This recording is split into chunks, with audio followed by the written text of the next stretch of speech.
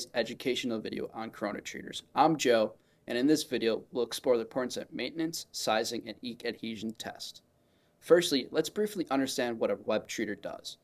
A web treater is a device used to improve the adhesion properties of surfaces, commonly in the printing and packaging industry. On-press corona treaters are only meant to bump the treatment on pre-treated film. It's not meant to treat untreated film. Also, the longer film sits prior to printing, it slowly loses its treatment level, so a bump treater is needed. It achieves this by creating a high voltage electrical discharge, ionizing the air around it and generating a corona that interacts with the material surface. If a film is not treated, it can lead to poor adhesion of inks and coatings. The untreated film may have a low surface energy, which means that inks and coatings may not adhere well to the surface. This can result in issues such as ink smearing, poor print quality, or coatings that do not bond properly. The material surface is then tested by a dyeing test. To use, simply draw the dyeing test pen across the material surface.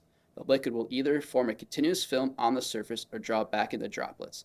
If the dyeing test fluid remains as a film for 3 seconds or more, then the material will have a minimum surface energy or dyeing level of that ink value.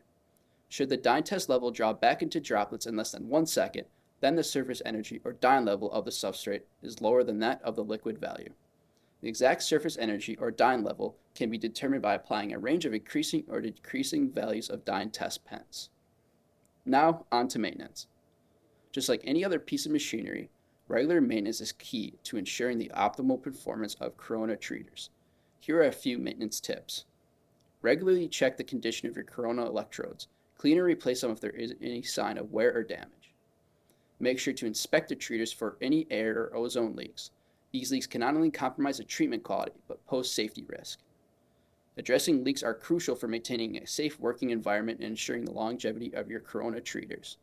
Choosing the right size of corona treaters for your application is vital for achieving the desired results. Factors such as material type, thickness, and line speed play a significant role. In conclusion, regular maintenance and testing is key to ensuring your corona treater operates at its best, providing consistent and effective treatments.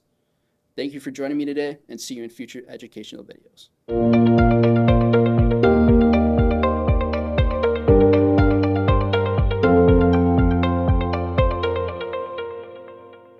We hope you gained valuable insights from today's video. For more in-depth videos and updates, don't forget to subscribe to our channel and follow us on LinkedIn. Be sure to comment below if there are any topics you'd like us to cover in the future. Happy converting and keep practicing your craft. Thank you.